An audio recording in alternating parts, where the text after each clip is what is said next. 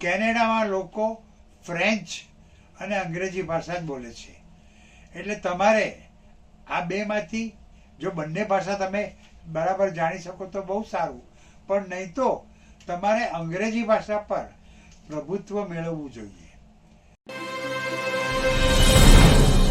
દર્શક મિત્રો નમસ્તે. ખબર છે ના આ પ્રોગ્રામમાં હું તમને દર 10મી તારીખે કેનેડા કોલિંગ આ શીર્ષક હેઠળ કેનેડા વિશે જાણકારી આપું છું.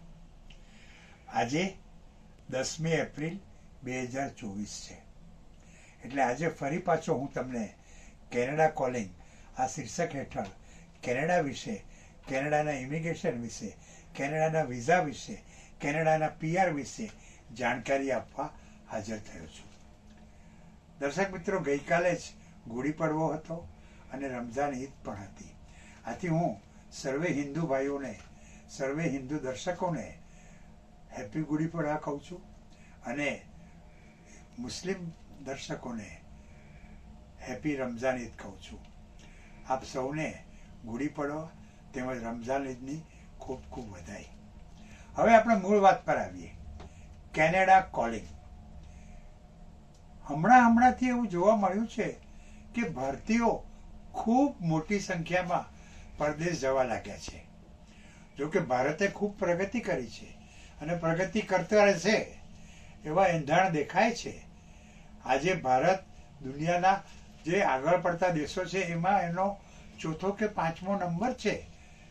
તે છતાં પણ લોકો પરદેશ જવા માંગે છે. અને તમને ખબર છે, ન્યુઝીલેન્ડમાં ગયા વર્ષે 1,73,000 પરદેશીઓ ગયા હતા ઇમિગ્રન્ટ તરીકે. હવે તમે વિચાર કરો કે જે દેશની ટોટલ વસ્તી 51 લાખની હોય એ દેશમાં આ 1.25 લાખ જેટલા લોકો કાયમ રહેવા જવા પરદેશી ગયા હોય તો કેવી પરિસ્થિતિનું નિર્માણ થાય. ત્યાં જગ્યા નહીં મળે, ચીજ વસ્તુના ભાવો વધી જાય. જે દેશ એકદમ શાંતિપ્રિય અને આમ સાવ એમ કહો ને કે રસ્તામાં માણસ જડે નહીં એવો હતો, ઓછી વસ્તીવાળો હતો, એ દેશમાં આજે ગર્દી થઈ ગઈ છે. આ મુજબ જ ઓસ્ટ્રેલિયામાં પણ કેટલાય લોકો ગયા છે. અને ફક્ત ભારતીયો જ નહીં, ચીનાઓ, કોરિયનો, તાઇવાનીઝો, યુરોપના પણ લોકો, જાપાનના લોકો, રશિયાના લોકો, આખી દુનિયામાંથી બધા લોકો ત્યાં જુદા જુદા દેશમાં જાય છે. અને મુખ્ય લોકો જાય છે અમેરિકા, કેનેડા, ઇંગ્લેન્ડ, ઓસ્ટ્રેલિયા અને ન્યુઝીલેન્ડ. આ બહુ પ્રિફર દેશો છે બધાના. અને મેં તમને કહ્યું એ પ્રમાણે ગયા વર્ષે તો ન્યુઝીલેન્ડમાં 1,73,000 પરદેશીઓ ગયા હતા. એમાંથી એમ કહેવાય છે, એમ મનાય છે કે 73,000 આપણા ભારતીયો હતા. આજે એવા સમાચાર આવ્યા છે કે ચીની વિદ્યાર્થીઓ જેવો F1 વિઝા મેળવીને અમેરિકામાં પ્રવેશતા હતા એમાંના ઘણાને પાછા મોકલવામાં આવે છે. એટલે ચીને આની સામે પણ એક પ્રોટેસ્ટ નોંધ્યો છે. તો દર્શક મિત્રો, આવી પરિસ્થિતિમાં જો તમારે કેનેડા જવું હોય, કેનેડાના PR મેળવવા હોય, તો સૌ પ્રથમ તો તમારે એ જાણી લેવું જોઈએ કે કેનેડા કેવો દેશ છે, ત્યાં કેવી કેવી સુવિધાઓ છે. કેનેડા ખૂબ જ ઠંડો પ્રદેશ છે. તમે કેનેડામાં ગમે ત્યાં રહો, જો તમે ઠંડીથી ટેવાયેલા નહીં હો તો તમને તકલીફ પડશે. અને કેનેડાના અમુક પ્રદેશ તો એવા છે કે જ્યાં 12 માસ 0 ડિગ્રી કે એથી પણ ઓછી ડિગ્રી ઠંડી હોય છે, બરફ હોય છે. એટલે પહેલાં તો કેનેડામાં જવાનો ઈચ્છા ધરાવતા હો તો ઠંડી સહન કરવાની તમારી શક્તિ હોવી જોઈએ. બીજું, કેનેડામાં લોકો ફ્રેન્ચ અને અંગ્રેજી ભાષા જ બોલે છે. એટલે તમારે આ બેમાંથી જો બંને ભાષા તમે બરાબર જાણી શકો તો બહુ સારું, પણ નહીં તો તમારે અંગ્રેજી ભાષા પર પ્રભુત્વ મેળવવું જોઈએ. ખાલી તમે આઇલ્સ કે ટોફેલની પરીક્ષા આપો અને એમાં 7 બેન્ડ લાવો અને 8 બેન્ડ લાવો અને 10, 90 ને 95 માર્ક લાવો એ નહીં ચાલે.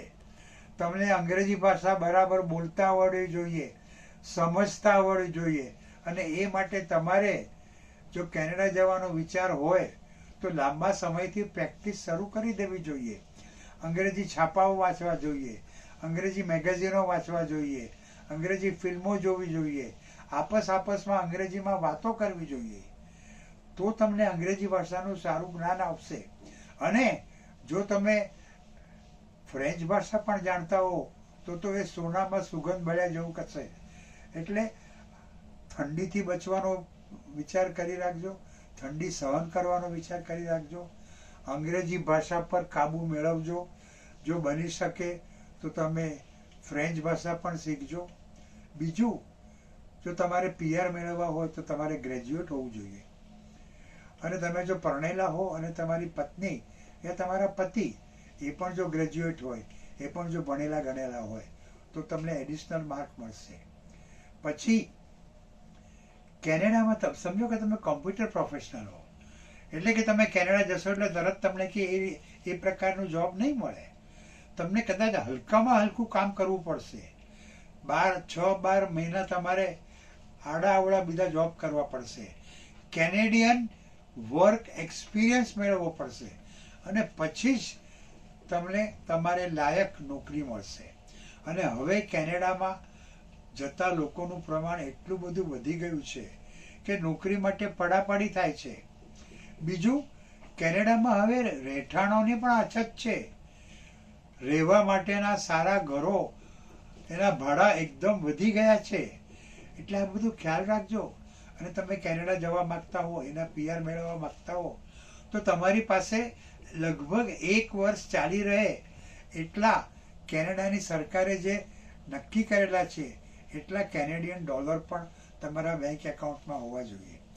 આમ આ બધી વાતોનો તમે વિચાર કરજો કેનેડાના PR મેળવતા પહેલા. અને હા, કેનેડાના PR મેળવવા હોય તો એ તમે federal skilled worker class, business immigration programme, provincial nominee programme, family class, Canadian experience class અને ફેડરલ સ્કિલ્ડ ટ્રેડ્સ ક્લાસ આમ જુદી જુદી રીતે મેળવી શકો છો. તમારે આમાંથી નક્કી કરવું પડશે કે તમારે કયા પ્રોગ્રામમાં અરજી કરવી છે. તમારે એ જાણી લેવું જોઈએ કે કયા પ્રોગ્રામ માટે તમે લાયક છો અને પછી તમારે અરજી કરવી જોઈએ. અને એ દરેક પ્રોગ્રામનો અરજી કરવાના જુદા જુદા રીત રિવાજો હોય છે, જુદા જુદા નીતિ નિયમો હોય છે, જુદા જુદા ક્રાઇટેરિયા હોય છે. તો આ બધું તમારે જાણી લેવું જોઈએ અને પછી તમારી જે યોગ્યતા હોય એ મુજબ એ પ્રકારના PR મેળવવા માટે તમારે અરજી કરવી જોઈએ. હા, અને તમારો કોઈ ક્રિમિનલ રેકોર્ડ હોવો ન જોઈએ અને મેડિકલી તમે ફિટ હોવા જોઈએ તો જ તમને કેનેડાના PR મળી શકશે. એક બીજો પણ હમણાં કેનેડાએ એક્સપ્રેસ એન્ટ્રી પ્રોગ્રામ કાઢ્યો છે તો એની વાત પણ હું તમને જાણકારી આપીશ. આમ દર્શક મિત્રો, કેનેડા જવું હોય તો તમારે ઠંડી બહુ છે જાણી લેવું જોઈએ, અંગ્રેજી ભાષા બરાબર આવડવી જોઈએ, ફ્રેન્ચ ભાષા આવડે તો બહુ સારું, ગ્રેજ્યુએટ હોવા જોઈએ. જે વિષયમાં ગ્રેજ્યુએટ થયા હો એ વિષયનો તમારો થોડો 1-2 વર્ષનો અનુભવ હોવો જોઈએ. કેનેડામાં 1 વર્ષ તમે કામ વગર ચલાવી શકો એટલા કેનેડાની સરકારે નિયત કરેલા પૈસા હોવા જોઈએ, કેનેડિયન ડોલર હોવા જોઈએ. અને પછી મેડિકલી ફિટ હોવું જોઈએ અને ક્રિમિનલ રેકોર્ડ હોવો ન જોઈએ. અને ત્યારબાદ આ જે એક્સપ્રેસ એન્ટ્રી પ્રોગ્રામ છે કે બીજા જુદા જુદા પ્રોગ્રામો છે એની હેઠળ શું શું કરવાનું રહે છે એ જાણી લઈને તમે જેને માટે લાયક છો એ પ્રોગ્રામ હેઠળ તમારે અરજી કરવાની રહે છે.